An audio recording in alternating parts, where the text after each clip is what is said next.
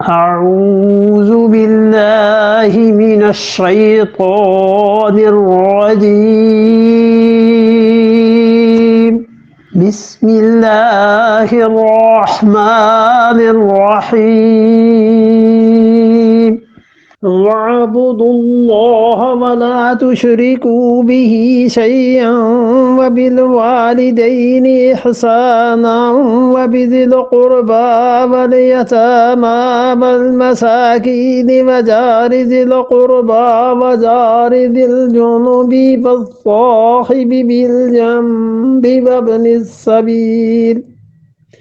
وابن السبيل وما ملكت أيمانكم إن الله لا يحب من كان مختالا فخورا۔ ان احکامات پہ عمل کے لیے دیکھو وعبد اللہ، عبادت کرو اللہ کی۔ اگر خدائی کی عبادت نہیں کی تو ایمان ہی کامل نہیں ہوا۔ جب کسی کا ایمان ہی کامل نہیں ہے تو اب اس سے کیا توقع کی جائے کہ وہ ان سارے کاموں کو کرے گا؟ وعبد اللہ، بندگی کرو اللہ کی، ولا تشرکوا بہ شیئا، اور اللہ کے ساتھ ہرگز کسی کو شریک نہ کرنا۔ ایک بات، وبالوالدین احسانا، اور اپنے والدین کے ساتھ نیکی کرتے رہنا، مسلسل نیکی، اپنے والدین کے ساتھ نیکی کرو، اچھائی کرو۔ حدیث میں آیا ہے، حضور اقدس صلی اللہ علیہ وسلم نے فرمایا تمہارا باپ جو ہے نا وہ جنت کا دروازہ ہے، فمن شاء ضیعھا، جس کا جی چاہے اپنے جنت کے دروازے کو ضائع کر لے، جس کا جی چاہے حفاظت کر لے۔ ترمذی میں آتا ہے۔ یہ حدیث نہیں سناتی، حدیث ہمیشہ یہی سناتی ہیں کہ ماں کے پاؤں میں جنت ہے نا؟ باپ کے متعلق نہیں حدیث سناتی بھئی، ماں کے متعلق سناتی کہ ماں کے پاؤں میں جنت ہے ایک، اور ایک یہ کہ چندہ ماموں چاند ہوا، چچا کیوں نہیں چاند ہوا؟ کئی بار ہم سوچتے ہیں کہ آخر بھئی چچا کیوں نہیں چاند ہوتا، ماموں جانی کیوں چاند ہو جاتے ہیں؟ اپنا گھرانہ اوپر رہے۔ تو ارشاد فرمایا بالوالدین احسانا، والدین کے ساتھ نیکی کرو، باپ کی نیکی۔ حتیٰ کہ حضور اقدس صلی اللہ علیہ وسلم نے عبداللہ ابن عمر رضی اللہ عنہ کا کہا کہ انت و مالک لابیک، عبداللہ تو اور تیرا مال سب تیرے باپ کا ہے۔ اور والد اگر انصاف کے خلاف نہ کام کریں تو ان کی ماننی چاہیے، ان کی اتباع ہے۔ اسی طرح والدہ کی بھی اللہ نے کہا ہے دونوں کے ساتھ نیکی کرتے ہی رہو، اور تھوڑی سی نیکی سے بھی خوش ہو جاتے ہیں۔ عمریں گزر چکی ہوتی ہیں، زندگی ساری گزر چکی ہوتی ہے، محنت کی بھی ہوتی ہے، ہنس کے دو باتیں بھی کر لینا والدہ سے والد سے، خوش ہو جاتے ہیں کہ فرما بردار ہے بیٹا۔ کرنا تو وہی کام ہے جو خود کرنا ہوتا ہے، ان سے پوچھ لیتا ہے کہ جی یہ کام آپ بھی بتا دیں، ایسے کرنا چاہتا ہوں، یہ حالات، ان کا بھی دل رہتا ہے کہ اچھا یہ ہم سے بات پوچھ رہا ہے۔ اللہ نے فرمایا نیکی کرو ان کے ساتھ۔ وَبِذِي الْقُرْبَى، اور تیسرے کون ہیں؟ قرابت والے، رشتہ دار، سب چیزیں رشتہ داریاں شامل ہوں گی۔ رسول اللہ صلی اللہ علیہ وسلم نے فرمایا بھانجا تمہارا وہ تمہاری قوم میں سے ہے، ماموں کو پابند کیا ہے کہ بھانجے کے ساتھ نیکی کرے۔ ایک صحابی رضی اللہ عنہ کہتے ہیں میں بچہ تھا اور اپنے ماموں کے ساتھ رسول اللہ صلی اللہ علیہ وسلم کی خدمت میں مجھے میرے ماموں لے جاتے تھے، تو ایک دن مجھ سے فرمایا کہ تم اپنے ماموں میں سے ہی ہو، خاندان میں سے ہی ہو، یعنی تم لوگوں کا خاندان ایک ہی ہے۔ تو ماموں ہے بھانجے کے ساتھ، رشتہ داری ہے، چچا ہے بھتیجے کے ساتھ، یہ سب رشتہ داریاں فرمایا اپنے رشتہ داریوں کے ساتھ، اپنے رشتہ داروں کے ساتھ بھی اچھا سلوک کرو۔ یہ احسانن کا جو لفظ ہے نا یہ سب پر آگے آتا چلا جائے گا۔ وبالوالدین احسانا، اور اپنے والدین کے ساتھ اچھا سلوک کرو، وبذی القربی، اور اپنے رشتہ داروں کے ساتھ بھی اچھا سلوک کرو، یتیموں کے ساتھ، مسکینوں کے ساتھ، سب کے ساتھ اچھا سلوک کرنا۔ گویا مومن بس وہ تو ہے ہی اچھا سلوک کرنے کے لیے۔ مومن کا کردار حقیقت میں ایسے ہی ہونا چاہیے کہ پریڈکٹیبل ہو، کہ آدمی دور بیٹھے بھی کہہ سکے کہ صاحب فلاں آدمی نہیں وہ یہ کام نہیں کر سکتا، وہ ہے ہی مومن انسان، وہ نہیں کر سکتا۔ یہ ایسی معیار اور صفات کے مسلمان اب قبروں میں چلے گئے ہیں، زندہ رہے نہیں۔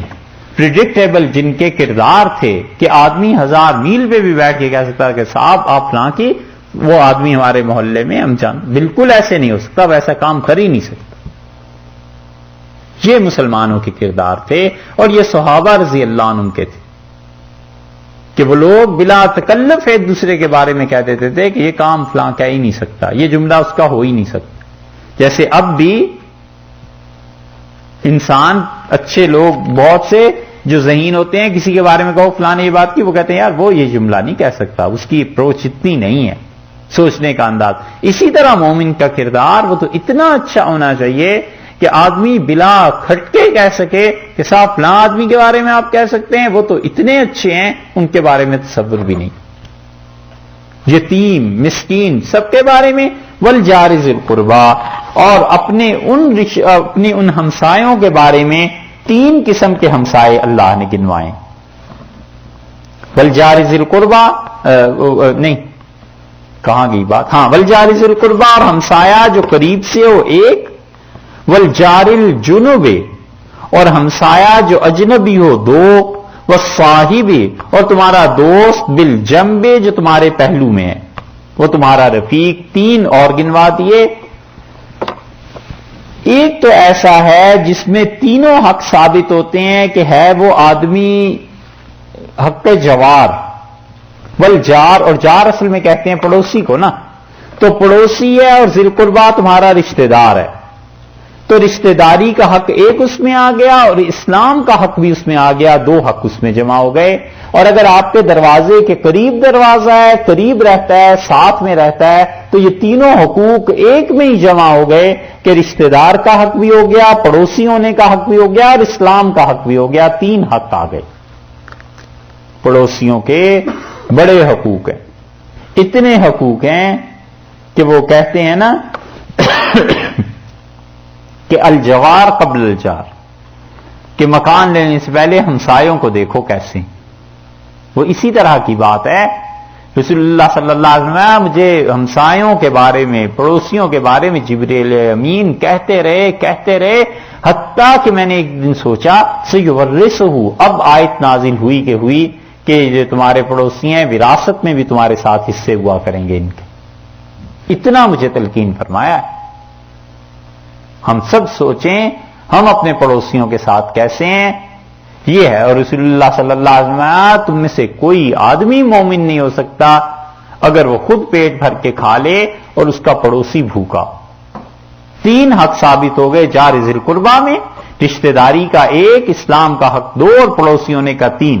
والجار الجنب، اور وہ جو تمہارا ہے پڑوسی لیکن اجنبی ہے۔ اجنبی سے کیا مانے؟ دور ہے، تھوڑے سے فاصلے پر۔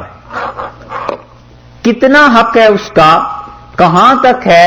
بعض صحابہ رضی اللہ عنہ کہتے تھے 40 گھر چاروں طرف، یہ سارے جو تمہارے ہیں پڑوسی، یہ سب اس میں آتے ہیں۔ فتویٰ تو اس پہ دینا مشکل ہی ہے، لیکن والجار الجنب، وہ تمہارا پڑوسی جو اجنبی ہے، اس کا مطلب یہ ہے کہ ہے ہمسایہ لیکن اجنبی ہے، پتہ نہیں ہے کسی اور شہر کا، کسی اور جگہ کا ہے، ایک یہ۔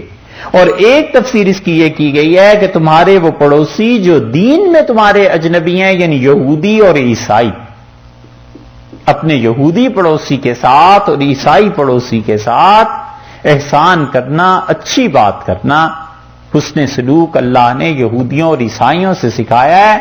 اور ہم تحفہ کیا بھیجتے ہیں؟ کلاشن کو،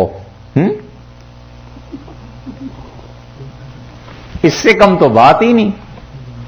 تو یہ دین کیسے پھیلے گا؟ کیسے انہیں اندازہ ہوگا کہ مسلمان پڑوسی میرے ساتھ رہا، سال بھر اتنا اچھا تھا مسلمان پڑوسی، وہ جب کوئی اور آئے گا نا تو پھر بھی تعریف کرے گا کہ ہمارے مسلمان پڑوسی رہے ہیں، اتنے اچھے رہے ہیں۔ اللہ نے کہا والجار الجنب، اور اپنے اس پڑوسی کا بھی خیال کرنا جس کا تمہارا مذہب مختلف ہے، یہودی اور عیسائی پڑوسی، نصرانی۔ ایک ہی استثناء لکھا ہے کہ وہ حربی کافر، یعنی وہ میدان جنگ میں تمہارے مقابلے میں آ رہا ہے تو وہ تو بات پھر غلط ہی ہو گئی، ایک دوسرے کو مارنے کے لیے اترے ہوئے ہو، باقی پڑوسی جو ہے وہ کافر ہو اس کا بھی حق بنتا ہے۔ عبداللہ ابن عمر رضی اللہ عنہ آئے اپنے گھر اور انہوں نے اپنی اہلیہ سے کہا کہ پڑوسی کو کچھ بھیجا ہے؟ انہوں نے کہا نہیں، وہ تو یہودی ہے۔ تو عبداللہ ابن عمر رضی اللہ عنہ نے فرمایا ہے تو یہودی لیکن ہمسایہ بھی تو ہے، مطلب یہ کہ ہمسایہ ہونے کی وجہ سے اس کا جو حق بنتا ہے وہ پورا کرنا پڑے، اس پہ آپ عمل کیجئے۔ یہاں دیکھیے جہاں آپ رہتے ہیں آپ کے برابر میں سامنے ادھر ادھر کون کون سے یہودی ہیں، کافر ہیں، اور ان کے ساتھ حسن سلوک کا اللہ نے حکم دیا ہے۔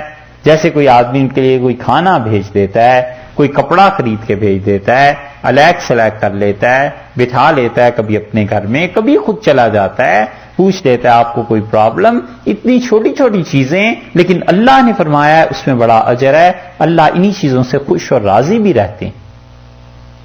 وَالصَّاحِبِ بِالْجَنْبِ، اور تمہارے وہ پڑوسی جن کا حق بنتا ہے کہ اچھا اس میں دو حق ہو گئے، والجار ذی القربہ میں تین حق تھے نا، پڑوسی کا حق ہونا، اس کی رشتہ داری کا حق اور اسلام کا، یا اسلام کا حق اگر آپ چھوڑ دیتے ہیں اسے تو پھر پڑوسی ہونے کا حق باقی رہ گیا ایک، اور اگر وہ مسلمان ہے اجنبی کسی اور شہر بستی کا ہے لیکن ہے مسلمان تو دو حق ہو گئے۔ مفسرین کہتے ہیں آگے اس میں ایک حق ہے وصاحب بالجنب، اور وہ جو تمہارا پڑوسی ہے جس میں اسلام بھی نہیں ہے اور جس میں رشتہ داری کا حق بھی نہیں ہے اور صرف پڑوسی ہونے کا ہے۔ ایک تو تفسیر یہ کی گئی 3 2 اور 1، ٹھیک ہے، اور ایک تفسیر یہ کی گئی ہے کہ وصاحب بالجنب، اور وہ آدمی جو تمہارے پہلو میں ہے تھوڑی دیر کے لیے اس کا بھی حق بنتا ہے۔ مسافر ہیں، 8 گھنٹے کی فلائٹ ہے، وصاحب بالجنب، اور اس کا بھی تم پہ حق ہے، احسان کرو، نیکی کرو اس کے ساتھ بھی جو تمہارے برابر میں ہے، صاحب دوست کو کہتے ہیں نا، اور جنب پہلو میں تمہارے برابر میں جو بیٹھا ہے اس کے ساتھ بھی نیکی کرو، ان کے بھی حقوق ہوتے ہیں، ٹھیک ہے۔ کھاؤ بھائی مٹھائی، صاحب جنب بھی ہے نا سارے، ہاں ایک دوسرے کے ساتھ ہی بیٹھے مٹھائی کھاؤ، اور چونکہ دوسرے کا مال ہے اس لیے ہم اور بھی خوش ہیں، ضرور کھاؤ۔ وصاحب بالجنب، چلا لو، اور اس کا بھی حق ادا کرو جو تمہارے پاس تھوڑی دیر کے لیے۔ دیکھا اسلام نے کتنی اہمیت دی ہے اخلاقیات کو، کہ جو تمہارے پاس تھوڑی دیر کے لیے آیا ہے اس کے ساتھ بھی اچھا سلوک کرنا۔ اسی وجہ سے حدیث میں آیا ہے رسول اللہ صلی اللہ علیہ وسلم اپنے گھروں کو قبرستان نہ بناؤ۔ اب یہ حدیث جب فقہا کے یہاں آئی تو فقہا نے کہا اس کا مطلب یہ ہے کہ اپنے گھروں کو قبرستان نہ بناؤ، یعنی گھروں میں نماز کبھی پڑھا کرو، نفل گھروں میں آ کے پڑھا کرو۔ اور یہی حدیث جب صوفیہ کے یہاں گئی تو انہوں نے کہا جس طرح قبرستان میں جاؤ تو کوئی نہیں پوچھتا تمہیں، اپنے گھروں کو ایسا نہ بناؤ، کوئی آئے تو اسے کچھ کھلا پلا بھی دیا کرو۔ ہے حدیث ایک ہی لیکن تشریح اس کی مختلف انداز سے ہے۔ اللہ نے فرمایا اس پڑوسی کا بھی حق بنتا ہے جو تھوڑی دیر کے لیے تمہارے ساتھ آ کے بیٹھا ہے، مسافر ہوتے ہیں، راستے میں علم حاصل کرنے میں سانجھے ہو جاتے ہیں، تجارت میں تھوڑی دیر کے لیے بیٹھنا ہوتا ہے، میٹنگز ہوتی ہیں، اور میٹنگز بھی کتنی ہوتی ہیں صبح سے لے کے 5 بجے تک شام، کام کی باتیں کم اور دوسری زیادہ، یہ کل رپورٹ ملی ہے۔ ہاں پہلے ہم پہ بھی حبا تاری تک کتنی میٹنگز کرتے ہیں، پتہ نہیں کیا فیصلے ہوتے ہوں گے، کل پتہ چلا کام کی باتیں کم اور فضولیات زیادہ۔ لیکن بہرحال اللہ نے کہا ان سب کا حق بنتا ہے، یہ ہو گئے، اور اس کے بعد فرمایا وابن السبیل، اور ان کا حق بنتا ہے جو مسافر جو سفر میں ہے، ان لوگوں کا حق بنتا ہے مسافروں کے ساتھ اچھائی کرو۔ بڑے ہی اچھا معاشرہ تھا مسلمانوں کا، بڑے اچھے لوگ تھے، جہاں مغرب کی نماز کے بعد عشاء کے بعد اعلان کر دیتے تھے گاؤں میں مسجد میں کہ کوئی مسافر ہے، کوئی کہتا تھا میں ہوں تو کہتے تھے صاحب آپ کا کھانا آپ کا بستر ہم لاتے ہیں، ابھی گھر سے لے آتے ہیں۔ یہ تہذیب بڑی اچھی تھی مسلمانوں کی، ہوٹلوں کے کمروں میں اور حرام کے اڈوں پہ نہ مسلمان جاتے تھے نہ رہتے تھے، پتا ہوتا تھا کہ مسلمانوں کی جگہ ہے، مسجد میں اگر نہیں ہے پیسہ کوئی نہیں، کسی مسجد میں چلے جائیں گے، کھانا، رات کی رہائش، یہ سب چیزیں اطمینان سے مل جائیں گی، اعلان ہوتے تھے باقاعدہ۔ اسی لیے مسافر کے بہت سے حقوق خود رسول اللہ صلی اللہ علیہ وسلم نے بتائے ہیں، اور اسی لیے اس مسافر کے لیے فرمایا ہے جو اپنے گھر میں کھاتا پیتا ہے اور مسافر ہے، سفر میں ہے، فرمایا اس کو زکوٰۃ دے دو، کیونکہ اس کے بہت سے مسائل ہو سکتے ہیں نا سفر میں پیش آئے ہوں گے، وہ سفر میں تمہارے ساتھ نیکی کرو اس کے ساتھ، یہ مسافر کا حق ہے۔ اور ہم نے ایک آدمی کو آج تک دیکھا، ہم ان کے ہاں گئے پہلی مرتبہ، صبح جب ہم نے کہیں اور سفر کرنا تھا تو بالکل سب سے الگ ایک جگہ کمرے میں لے گئے اور فرمایا آپ سفر میں ہیں اور سفر میں بہت سی چیزوں کی ضرورت پیش آ جاتی ہے، ہم کوئی خدمت کر سکتے ہوں آپ ہمیں بتا دیجئے، اور ہم تک بات رہے گی، کسی تک نہیں پہنچے گی۔ اور مولانا ابو الحسن علی ندوی تھے رحمۃ اللہ علیہ، پہلی مرتبہ ان کے ہاں جب گئے لکھنؤ میں تو بڑی حیرت ہوئی، صبح جانا تھا ہمیں آگے دلی، تو بالکل الگ کمرے میں لے گئے، ناشتے کے بعد ان کے پڑھنے کا وقت شروع ہو رہا تھا تو اپنی ٹوپی اور یہ چیزیں اتار کے لٹکائیں اور اس میں فرمایا کہ آپ مسافر ہیں اور آپ کے بڑے حقوق بنتے ہیں ہم پہ، کوئی چیز چاہیے ہو آپ ہمیں بتائیں، ہم اس کے لیے یہاں ہیں۔ یہ شرافت ہے، تہذیب ہے، اور اسلام نے سکھائی، یہ ہم لوگوں میں کیوں نہیں؟ چھوٹی چھوٹی باتیں ہیں بھائی، گھر میں مہمان آ جاتے ہیں نا، ایک رات رہا، 2 رات رہا، ہے تو مسافر، چلتے ہوئے اگر اتنا بھی آپ نے پوچھ لیا، یہ اس آیت پہ عمل ہو گیا، اس چیز پہ عمل ہو گیا۔ یہ شرافت اگر واپس آ جائے تو انسانوں ہی کے ساتھ رہنے کو جی جاتا ہے، اور یہی شرافت کھو گئی ہے لوگوں میں، نہیں رہی۔ وابن السبیل اور مسافر یہ ہو گئے۔ آخری بات کیا فرمائی؟ وما ملکت ایمانکم، اور جس چیز میں ملکت ایمانکم، ان کے ساتھ بھی نیکی کرنا جن کے مالک تمہارے ہاتھ ہیں، یعنی اپنے باندیوں کے ساتھ اور غلاموں کے ساتھ۔ اب وہ دور تو ختم ہو گیا باندیوں اور غلاموں کا، اس کی بجائے وہ ملازم جو گھر میں رکھے ہوئے ہیں ان کے ساتھ نیکی کرنا۔ کئی ملازم رکھ لیتے ہیں، ڈرائیور ہے، مالی ہے، باورچی ہے، اور کئی جابز ہوتی ہیں، اللہ نے کہا ہے ان کا بھی حق بنتا ہے۔ حدیث میں آیا ہے، رسول اللہ صلی اللہ علیہ وسلم نے فرمایا جب وہ کھانا پکا کے تمہارے لیے لائے تو تم اپنے ہاتھ سے لقمہ اس کو بھی دے دینا، کیونکہ اس نے تمہارے لیے گرمی برداشت کی۔ لقمہ دینا تو درکنار، اتنے اخلاقیات میں پستی آ گئی ہے اور گر گئی ہے کہ بیوی سارا دن محنت کر کے کھانا پکاتی ہے، اور حرام ہے جو شام کو جا کے چکھنے پہ کبھی اتنا بھی کہہ دیں کہ بھئی بہت اچھا کھانا آپ نے پکایا، بڑی محنت کی آپ۔ یہ ناقدری نہیں ہے تو اور کیا ہے؟ سوچیں آپ، ناقدری ہے نا، آرام سے کھانے کو مل جاتا ہے، اور دنیا جہان کی باتیں، جاب میں یہ ہوا، فلاں جگہ یہ ہوا، ارے جس نے کھانا پکایا سارا دن جھلسایا اپنے آپ کو، یا کھڑی رہی ہیں آپ کی وجہ سے پکایا، اس کی بات کی قدر نہیں، ایک جملہ نہیں کہتا کوئی کہ بڑی محنت آپ نے کی، ماشاءاللہ صحیح طرح سے سجایا ہوا ہے۔ یہ چھوٹی چھوٹی چیزیں ہیں لیکن لوگوں کے دل موہ لینے کے لیے کافی ہیں، اور لوگوں کے دل اللہ کا مسکن ہے، اللہ کا گھر ہے، اگر جائز طریقے سے لوگ خوش رہیں گے اللہ بھی راضی ہوگا، کیونکہ ساری مخلوق یہ اللہ ہی کا تو گھرانہ ہے، اللہ ہی کا تو کنبہ ہے، اور کسی کا تھوڑا ہی ہے۔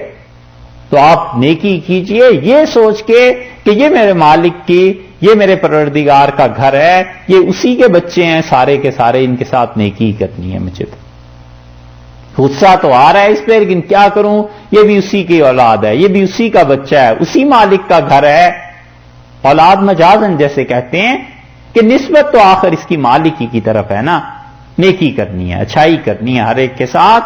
اللہ نے فرمایا ہے وما ملکت ایمانکم، اور جو تمہارے نوکر اور باندیاں ہیں ان کے ساتھ بھی حسن سلوک، کبھی ان کے لیے کپڑا لے آئے، کبھی ان کے لیے بستر لے آئے، ہزار چیزیں آدمی کبھی بھیج دیتا ہے۔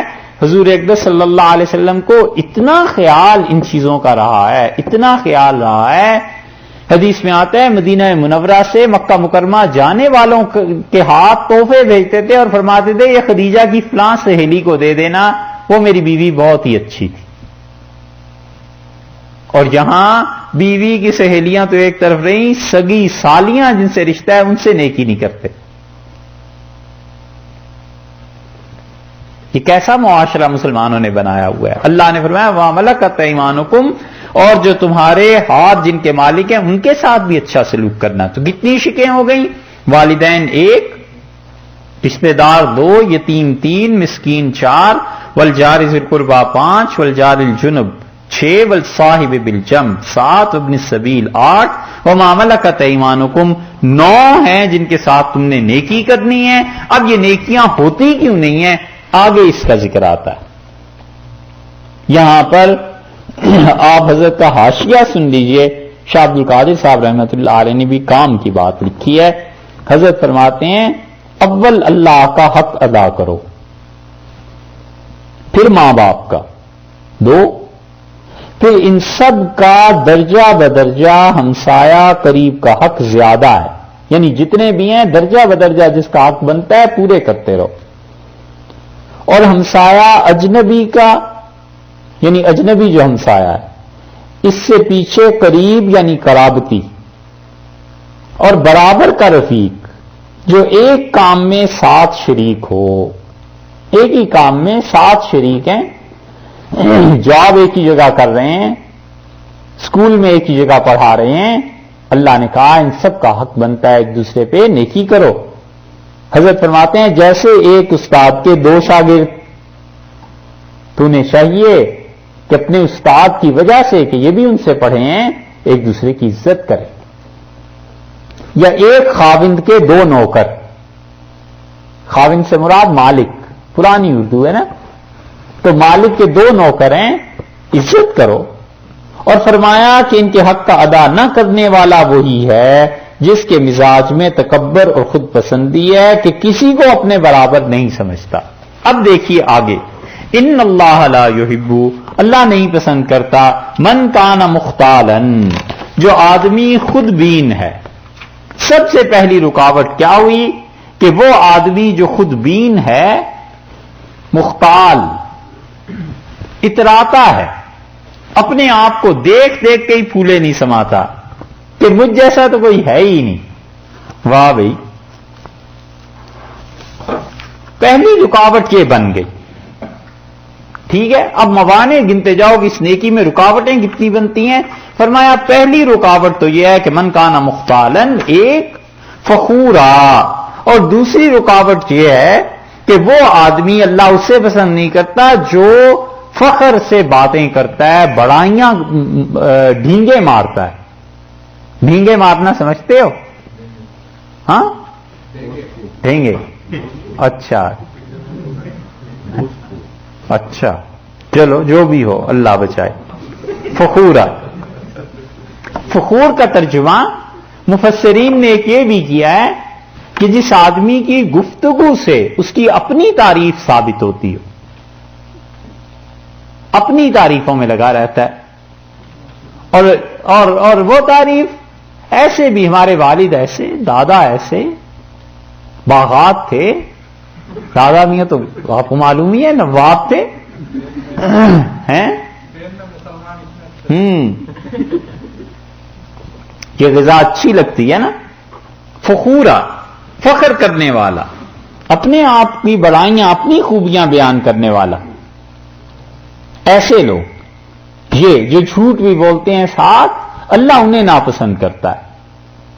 مدت ہوئی، ایک بات سنی تھی، 2 بچے آپس میں بات کر رہے تھے، اس نے کہا ہمارے دادا ابا کے باغات تھے اتنے اتنے اتنے، اور وہ جو تھے وہ بہت زیادہ تھے، تو وہ بارش نہیں ہوتی تھی تو وہ ہمارے دادا ابا کے پاس ایک بانس ہوتا تھا، اسے ہلا دیتے تھے تو بادل ٹکراتے تھے، بارش ہو جاتی تھی۔ وہ دوسرا بہت چپ بیٹھا رہا، پھر اس سے کہا ہمارے دادا ابا کے اتنا سفر کرتے تھے، اتنا سفر کرتے تھے، ایک دن انڈیا سے جو چلے تو سرنگ نکالی، چین پہنچ گئے۔ اس نے کہا چل جھوٹے، کدھر سے اتنی زیادہ سرنگ نکال لی تھی؟ اس میں کیا ہوتا تھا؟ اس سے کہا تمہارے دادا ابا اسی میں تو بانس رکھا کرتے تھے. بس خوش رہیں فخورا، ڈھینگے مارنا، ایسی باتیں کرنا جس سے اپنا کبر ظاہر ہوتا ہو، اپنی بڑائی. دو باتیں